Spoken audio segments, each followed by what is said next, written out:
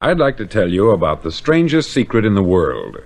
Not long ago, Albert Schweitzer, the great doctor and Nobel Prize winner, was being interviewed in London, and a reporter asked him, "Doctor, what's wrong with men today?" The great doctor was silent a moment, and then he said, "Men simply don't think." And it's about this that I want to talk with you. We live today in a golden age. This is an era that man has looked forward, dreamed of, and worked toward for thousands of years. But since it's here, we pretty well take it for granted. We in America are particularly fortunate to live in the richest land that ever existed on the face of the earth, a land of abundant opportunity for everyone. But do you know what happens? Let's take 100 men who start even at the age of 25. Do you have any idea what will happen to those men by the time they're 65? These 100 men who all start even at the age of 25 believe they're going to be successful. If you asked any one of these men if he wanted to be a success, he'd tell you that he did. And you'd notice that he was eager toward life, that there was a certain sparkle to his eye, an erectness to his carriage, and life seemed like a pretty interesting adventure to him. But by the time they're 65, 1 will be rich, 4 will be financially independent, 5 will still be working, 54 will be broke. Now think a moment. Out of the 100, only 5 make the grade. Why do so many fail? What has happened to the sparkle that was there when they were 25? What's become of the dreams, the hopes, the plans? And why is there such a large disparity between what these men intended to do and what they actually accomplished? When we say about 5% achieve success, we have to define success. And here's the definition. Success is the progressive realization of a worthy ideal. If a man is working toward a predetermined goal and knows where he's going, that man is a success. If he's not doing that, he's a failure. Success is the progressive realization of a worthy ideal. Rollo May, the distinguished psychiatrist, wrote a wonderful book called Man's Search for Himself.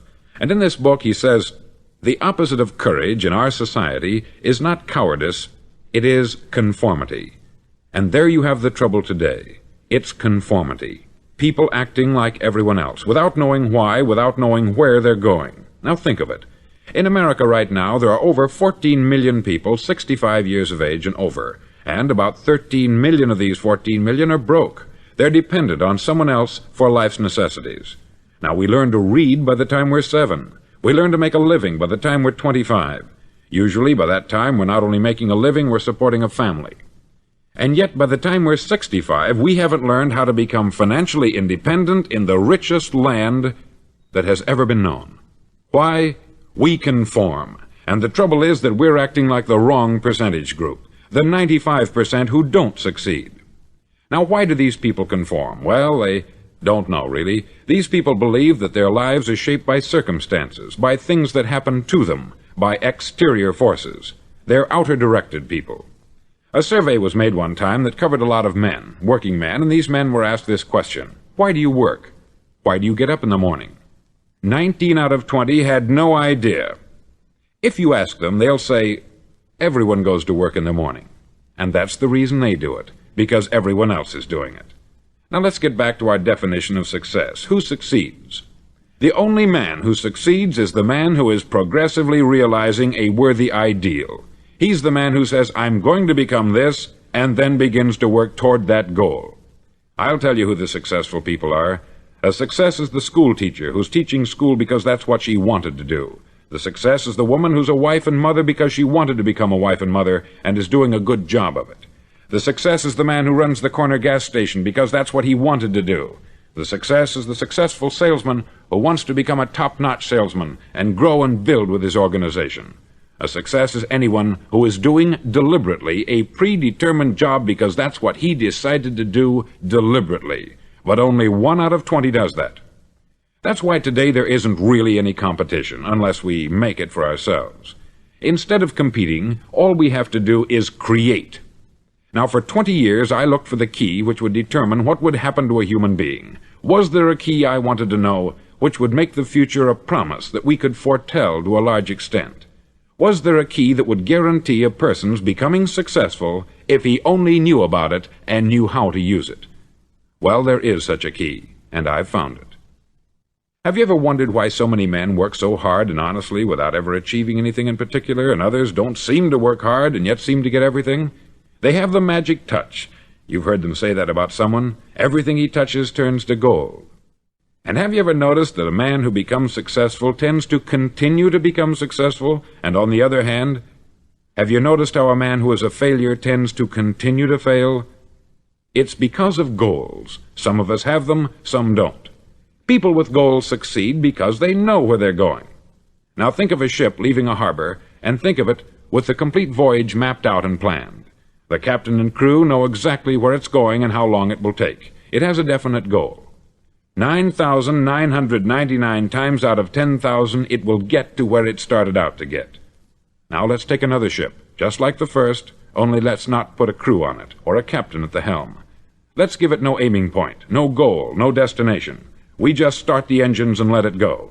I think you'll agree with me that if it gets out of the harbor at all, it will either sink or wind up on some deserted beach a derelict.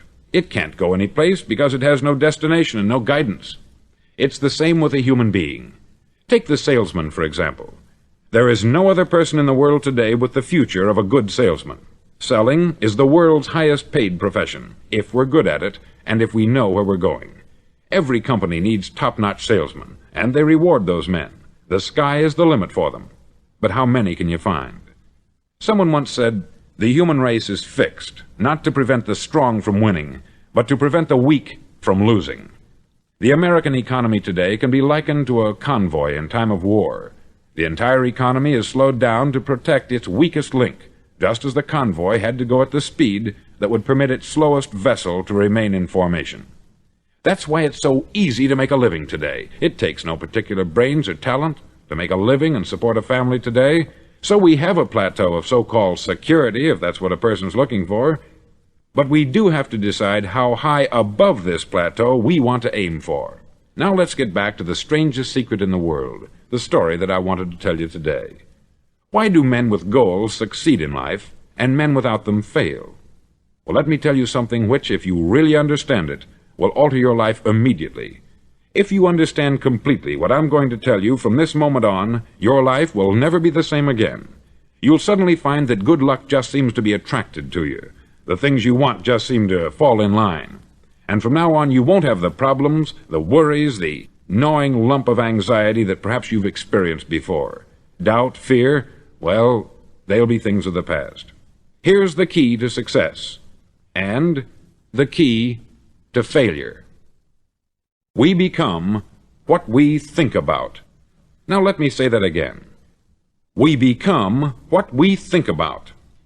Throughout all history, the great wise men and teachers, philosophers and prophets have disagreed with one another on many different things.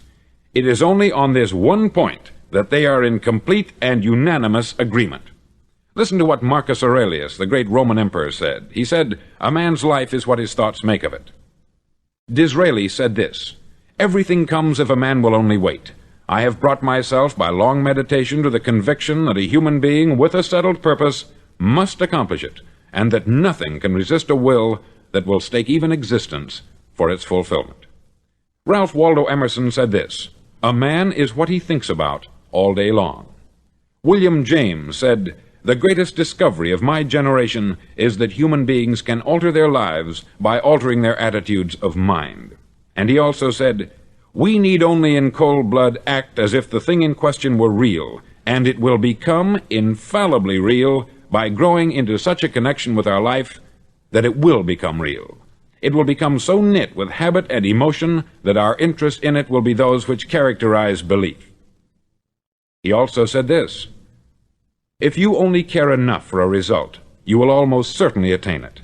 If you wish to be rich, you will be rich. If you wish to be learned, you will be learned. If you wish to be good, you will be good. Only you must then really wish these things, and wish them exclusively, and not wish at the same time 100 other incompatible things just as strongly."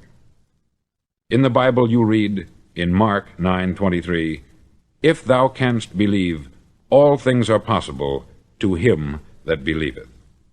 Dr. Norman Vincent Peale said this, "This is one of the greatest laws in the universe. Fervently do I wish I had discovered it as a very young man. It dawned upon me much later in life, and I've found it to be one of the greatest, if not my greatest discovery, outside of my relationship to God. And the great law, briefly and simply stated, is that if you think in negative terms, you'll get negative results. If you think in positive terms, you will achieve positive results. That is the simple fact which is at the basis of an astonishing law of prosperity and success. In 3 words, believe and succeed. William Shakespeare put it this way: "Our doubts are traitors, and make us lose the good we oft might win, by fearing to attempt." George Bernard Shaw said, "People are always blaming their circumstances for what they are. I don't believe in circumstances. The people who get on in this world are the people who get up and look for the circumstances they want, and if they can't find them, make them." Well, it's pretty apparent, isn't it? And every person who discovered this for a while believed that he was the first one to work it out. We become what we think about. Now, it stands to reason that a person who's thinking about a concrete and worthwhile goal is going to reach it, because that's what he's thinking about. And we become what we think about. Conversely, the man who has no goal, who doesn't know where he's going, and whose thoughts must therefore be thoughts of confusion and anxiety and fear and worry, becomes what he thinks about. His life becomes one of frustration, fear, anxiety, and worry. And if he thinks about nothing, he becomes nothing. Now, how does it work? Why do we become what we think about? Well, I'll tell you how it works as far as we know. Now, to do this, I want to tell you about a situation that parallels the human mind. Suppose a farmer has some land, and it's good, fertile land. Now, the land gives the farmer a choice. He may plant in that land whatever he chooses. The land doesn't care. It's up to the farmer to make the decision. Now, remember, we're comparing the human mind with the land, because the mind, like the land, doesn't care what you plant in it. It will return what you plant, but it doesn't care what you plant. Now, let's say that the farmer has 2 seeds in his hand. One is a seed of corn, the other is nightshade, a deadly poison. He digs 2 little holes in the earth, and he plants both seeds, one corn, the other nightshade. He covers up the holes, waters, and takes care of the land, and what will happen? Invariably, the land will return what is planted. As it's written in the Bible, "As ye sow, so shall ye reap." Remember, the land doesn't care. It will return poison in just as wonderful abundance as it will corn. So up come the 2 plants, one corn, one poison. Now, the human mind is far more fertile, far more incredible and mysterious than the land, but it works the same way. It doesn't care what we plant. Success, failure. A concrete, worthwhile goal, or confusion, misunderstanding, fear, anxiety, and so on. But what we plant, it will return to us. You see, the human mind is the last great unexplored continent on the earth. It contains riches beyond our wildest dreams. It will return anything we want to plant. Now, you might say, well, if that's true, why don't people use their minds more? Well, I think they've figured out an answer to that, too. Our mind comes as standard equipment at birth. It's free, and things that are given to us for nothing we place little value on. Things that we pay money for, we value. The paradox is that exactly the reverse is true. Everything that's really worthwhile in life came to us free. Our mind, our soul, our body, our hopes, our dreams, our ambitions, our intelligence, our love of family and children and friends. All these priceless possessions are free, but the things that cost us money are actually very cheap and can be replaced at any time. A good man can be completely wiped out and make another fortune. He can do that several times. Even if our home burns down, we can rebuild it, but the things we got for nothing, we can never replace. The human mind isn't used merely because we take it for granted. Familiarity breeds contempt. It can do any kind of job we assign to it, but generally speaking, we use it for little jobs instead of big, important ones. Universities have proved that most of us are operating on about 10% of our abilities. Decide now, what is it you want? Plant your goal in your mind. It's the most important decision you'll ever make in your entire life. Do you want to be an outstanding salesman, a better worker at your particular job? Do you want to go places in your company, in your community? All you've got to do is plant that seed in your mind. Care for it. Work steadily toward your goal, and it will become a reality. It not only will, there's no way that it cannot. You see, that is a law, like the laws of Sir Isaac Newton, the laws of gravity. If you get on top of a building and jump off, you'll always go down. You'll never go up. And it's the same with all the other laws of nature. They always work. They're inflexible. Think about your goal in a relaxed, positive way. Picture yourself in your mind's eye as having already achieved this goal. See yourself doing the things you will be doing when you've reached your goal. Ours has been called the phenobarbital age, the age of ulcers and nervous breakdowns. At a time when medical research has raised us to a new plateau of good health and longevity, far too many of us worry ourselves into an early grave trying to cope with things in our own little personal ways, without learning a few great laws that will take care of everything for us. These things we bring on ourselves through our habitual way of thinking. Every one of us is the sum total of his own thoughts. He is where he is because that is exactly where he really wants to be, whether he'll admit that or not. Each of us must live off the fruit of his thoughts in the future, because what you think today and tomorrow, next month and next year, will mold your life and determine your future. You're guided by your mind. I remember one time I was driving through Arizona, and I saw one of those giant earth-moving machines roaring along the road at about 35 miles an hour with what looked like 20 tons of dirt in it, a tremendous, incredible machine, and there was a little man perched way up on top with the wheel in his hands guiding it. And as I drove along, I was struck by the similarity of that machine to the human mind. Just suppose you're sitting at the controls of such a vast source of energy. Are you going to sit back and fold your arms and let it run itself into a ditch? Or are you going to keep both hands firmly on the wheel and control and direct this power to a specific, worthwhile purpose? It's up to you. You're in the driver's seat. You see, the very law that gives us success is a two-edged sword. We must control our thinking. The same rule that can lead a man to a life of success, wealth, happiness, and all the things he's ever dreamed of for himself and his family, that very same law can lead him into the gutter. It's all in how he uses it, for good or for bad. This is the strangest secret in the world. Now, why do I say it's strange, and why do I call it a secret? Actually, it isn't a secret at all. It was first promulgated by some of the earliest wise men, and it appears again and again throughout the Bible. But very few people have learned it, understand it. That's why it's strange, and why, for some equally strange reason, it virtually remains a secret. I believe that you could go out and walk down the main street of your town and ask one man after another what the secret of success is, and you probably wouldn't run into one man in a month who could tell you. Now, this information is enormously valuable to us, if we really understand it and apply it. It's valuable to us not only for our own lives, but the lives of those around us, our family, employees, associates, and friends. Life should be an exciting adventure. It should never be a bore. A man should live fully, be alive. He should be glad to get out of bed in the morning. He should be doing a job he likes to do because he does it well. One time I heard Grove Patterson make a speech, the editor-in-chief of the Toledo Daily Blade, and as he concluded his speech, he said something that I've never forgotten. He said something like this: "My years in the newspaper business have convinced me of several things, among them that people are basically good, and that we came from someplace, and we're going someplace. So we should make our time here an exciting adventure. The architect of the universe didn't build a stairway leading nowhere." And the greatest teacher of all, the carpenter from the plains of Galilee, gave us the secret time and time again. "As ye believe, so shall it be done unto you."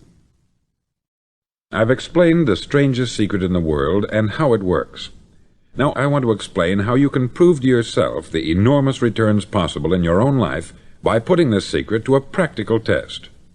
I want you to make a test that will last 30 days. Now, it isn't going to be easy.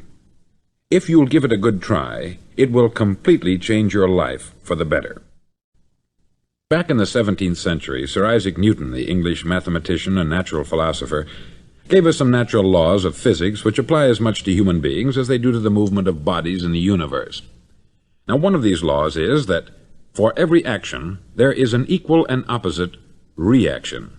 Simply stated, as it applies to you and me, it means we can achieve nothing without paying the price. The results of your 30-day experiment will be in direct proportion to the effort you put forth. To be a doctor, you must pay the price of long years of difficult study. to be successful in selling, and remember that each of us succeeds to the extent of his ability to sell, selling our families on our ideas, selling education in schools, selling our children on the advantages of living the good and honest life, selling our associates and employees on the importance of being exceptional people, to, of course, the profession of selling itself. But to be successful in selling our way to the good life, we must be willing to pay the price. Now, what is that price? Well, it's many things. First, it's understanding emotionally, as well as intellectually, that we literally become what we think about, that we must control our thoughts if we're to control our lives. It's understanding fully that, as ye sow, so shall ye reap. Secondly, it's cutting away all the fetters from the mind and permitting it to soar as it was divinely designed to do. It's the realization that your limitations are self-imposed, and that the opportunities for you today are enormous beyond belief. It's rising above narrow-minded pettiness and prejudice. Thirdly, to use all your courage to force yourself to think positively on your own problem, to set a definite and clearly defined goal for yourself, to let your marvelous mind think about your goal from all possible angles, to let your imagination speculate freely upon many different possible solutions, to refuse to believe there are any circumstances sufficiently strong to defeat you in the accomplishment of your purpose, to act promptly and decisively when your course is clear, and to keep constantly aware of the fact that you are, at this moment, standing in the middle of your own acre of diamonds, as Russell Conwell used to point out. Fourth, save at least 10% of what you earn. It's also remembering that no matter what your present job, it has enormous possibilities if you're willing to pay the price. Now let's just go over the important points in the price each of us must pay to achieve the wonderful life that can be ours. It is, of course, worth any price. 1. You will become what you think about. 2. Remember the word imagination. Let your mind soar. 3. Courage. Concentrate on your goal every day. 4. Save 10% of what you earn. And action. Ideas are worthless unless we act on them. Now I'll try to outline the 30-day test I want you to make. Now keep in mind that you have nothing to lose by making this test, and everything you could possibly want to gain. There are two things that may be said of everyone. Each of us wants something, and each of us is afraid of something. I want you to write on a card what it is you want more than anything else. It may be more money. Perhaps you'd like to double your income or make a specific amount of money. It may be a beautiful home. It may be success at your job. It may be a particular position in life. It could be a more harmonious family. Each of us wants something. Write down on your card specifically what it is that you want. Make sure it's a single goal and clearly defined. You needn't show it to anyone, but carry it with you so that you can look at it several times a day. Think about it in a cheerful, relaxed, positive way each morning when you get up, and immediately you have something to work for, something to get out of bed for, something to live for. Look at it every chance you get during the day and just before going to bed at night. As you look at it, remember that you must become what you think about, and since you're thinking about your goal, you realize that soon it will be yours. In fact, it's yours really the moment you write it down and begin to think about it. Look at the abundance all around you as you go about your daily business. You have as much right to this abundance as any other living creature. It's yours for the asking. Now we come to the difficult part. Difficult because it means the formation of what is probably a brand new habit, and new habits are not easily formed. Once formed, however, it'll follow you for the rest of your life. Stop thinking about what it is you fear. Each time a fearful or negative thought comes into your consciousness, replace it with a mental picture of your positive and worthwhile goal. There will come times when you will feel like giving up. It's easier for a human being to think negatively than positively. That's why only 5% is successful. You must begin now to place yourself in that group. For 30 days you must take control of your mind. It will think only about what you permit it to think. Each day for this 30-day test, do more than you have to do. In addition to maintaining a cheerful, positive outlook, give of yourself more than you've ever done before. Do this knowing that your returns in life must be in direct proportion to what you give. The moment you decide on a goal to work toward, you're immediately a successful person. You're then in that rare and successful category of people who know where they're going. Out of every 100 people, you belong to the top 5. Don't concern yourself too much with how you're going to achieve your goal. Leave that completely to a power greater than yourself. All you have to do is know where you're going. The answers will come to you of their own accord. Remember these words from the Sermon on the Mount, and remember them well. Keep them constantly before you this month of your test. Ask, and it shall be given you. Seek, and ye shall find. Knock, and it shall be opened unto you. For every one that asketh receiveth, and he that seeketh findeth, and to him that knocketh it shall be opened. It's as marvelous and as simple as that. In fact, it's so simple that in our seemingly complicated world it's difficult for an adult to understand that all he needs is a purpose and faith. For 30 days, do your best. If you're a salesman, go at it as you've never done before, not in hectic fashion, but with the calm, cheerful assurance that time well spent will give you the abundance in return you deserve and want. No matter what your job, do it as you've never done it before for 30 days, and if you've kept your goal before you every day, you'll wonder and marvel at this new life you've found. Dorothea Brand, outstanding editor and writer, discovered it for herself and tells about it in her fine book, Wake Up and Live. Her entire philosophy is reduced to the words, act as though it were impossible to fail. She made her own test with sincerity and faith, and her entire life was changed to one of overwhelming success. Now you make your test for 30 full days. Don't start your test until you've made up your mind to stick with it. You see, by being persistent, you're demonstrating faith. Persistence is simply another word for faith. If you didn't have faith, you would never persist. If you should fail during your first 30 days, by that I mean suddenly find yourself overwhelmed by negative thoughts, you've got to start over again from that point and go 30 more days. Gradually your new habit will form until you find yourself one of that wonderful minority to whom virtually nothing is impossible. Don't forget the card. It's vitally important as you begin this new way of living. On one side of the card, write your goal, whatever it may be. On the other side, write the words we've quoted from the Sermon on the Mount. Ask, and it shall be given you. Seek, and ye shall find. Knock, and it shall be opened unto you. Nothing great was ever accomplished without inspiration. See that during these crucial first 30 days, your own inspiration is kept at a peak.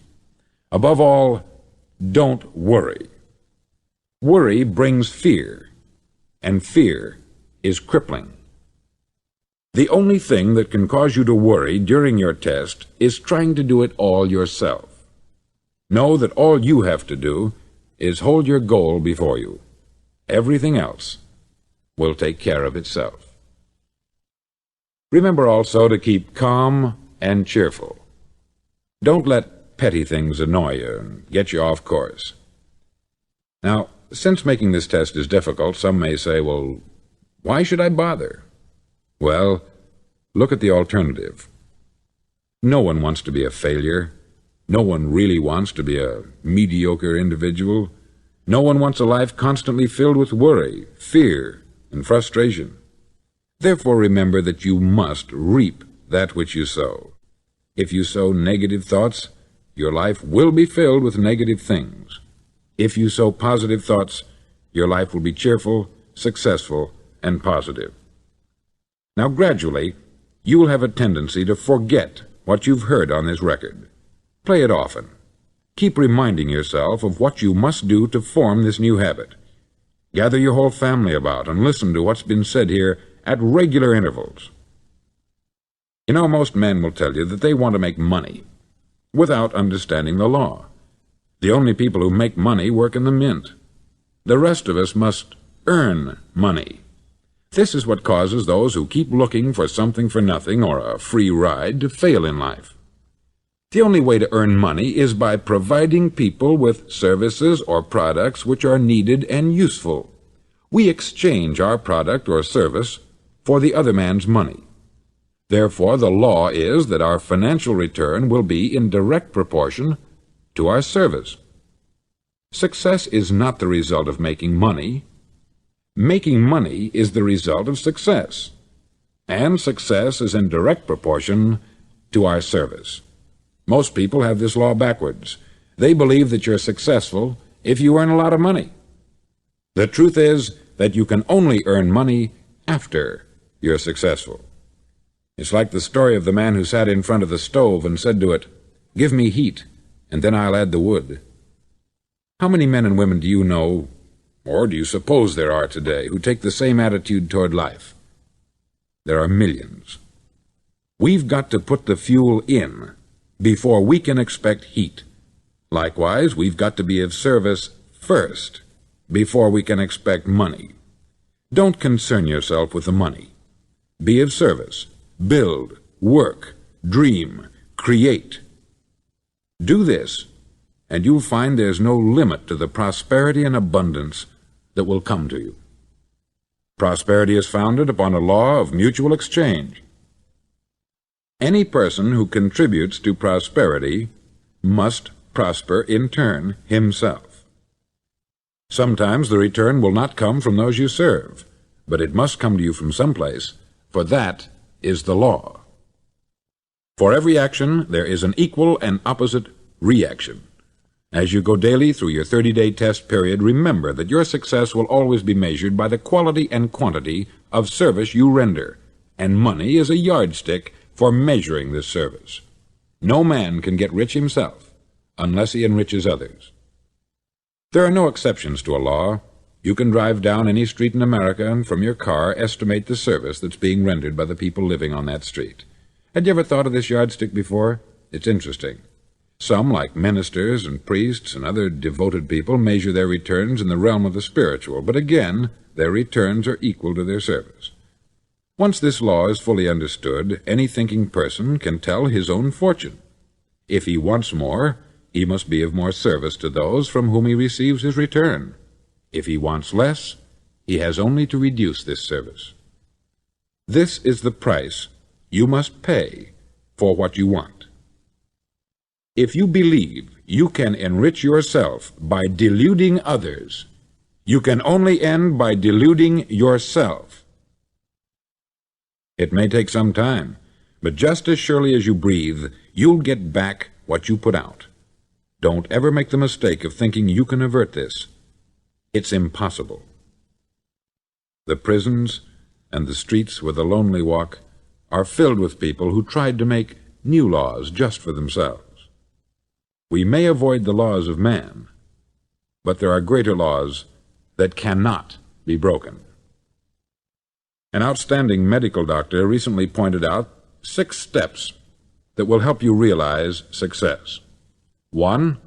Set yourself a definite goal. 2. Quit running yourself down. 3. Stop thinking of all the reasons why you cannot be successful, and instead think of all the reasons why you can. 4. Trace your attitudes back through your childhood and try to discover where you first got the idea you couldn't be a success, if that's the way you've been thinking. 5. Change the image you have of yourself by writing out a description of the person you would like to be. And 6. Act the part of the successful person you have decided to become.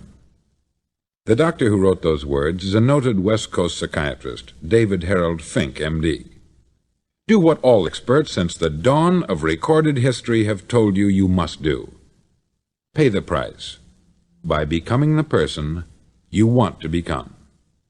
It's not nearly as difficult as living unsuccessfully. Make your 30-day test. Then repeat it. Then repeat it again. Each time it will become more a part of you until you'll wonder how you could ever have lived any other way. Live this new way, and the floodgates of abundance will open and pour over you more riches than you may have dreamed existed. Money? Yes, lots of it. But what's more important, you'll have peace. You'll be in that wonderful minority who lead calm, cheerful, successful lives. Start today. You have nothing to lose, but you have a life to win.